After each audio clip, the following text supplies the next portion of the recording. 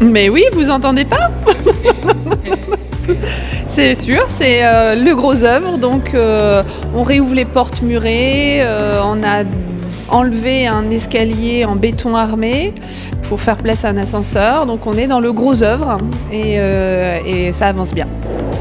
Alors actuellement, il y a principalement 2 entreprises et un chantier d'insertion et ça se passe très bien entre eux. Voilà, on apprécie ce mélange en fait qui se passe bien.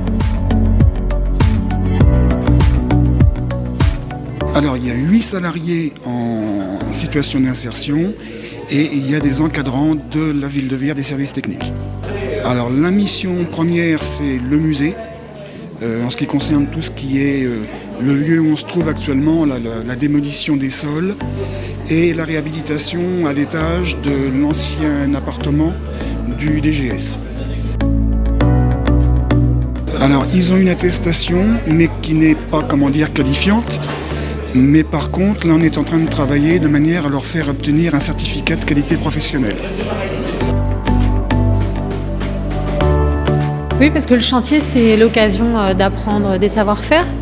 Et comme je le disais tout à l'heure, c'est pas seulement des savoir-faire usuels, ceux qu'on a l'habitude de voir dans le bâtiment aujourd'hui, c'est-à-dire savoir démolir, monter des murs, faire du placo. Mais ils vont aussi apprendre quelques savoir-faire plus traditionnels, comme mettre en place des enduits en chanvre, avec donc des matériaux locaux, des matériaux de la filière biosourcée, ce qui est un enjeu très important aujourd'hui dans l'architecture contemporaine.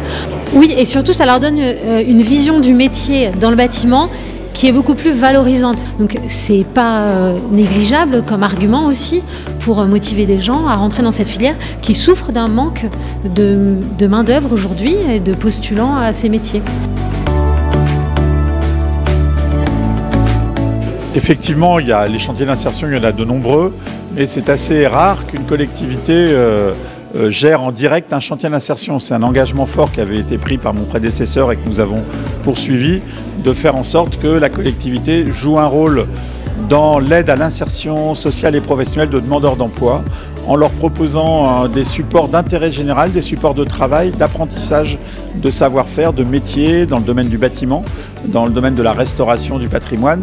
Et bien là, nous sommes au musée et donc dans un grand chantier de rénovation, et bien ces demandeurs d'emploi, ces personnes en démarche d'insertion professionnelle vont pouvoir, avec d'autres entreprises, apprendre, découvrir les métiers du bâtiment et peut-être susciter des vocations chez eux et leur permettre évidemment d'essayer de retrouver un emploi. Ils pourront dire j'ai travaillé sur ce chantier, donc j'ai contribué moi aussi à faire un beau musée qui sera visité, qui sera fréquenté.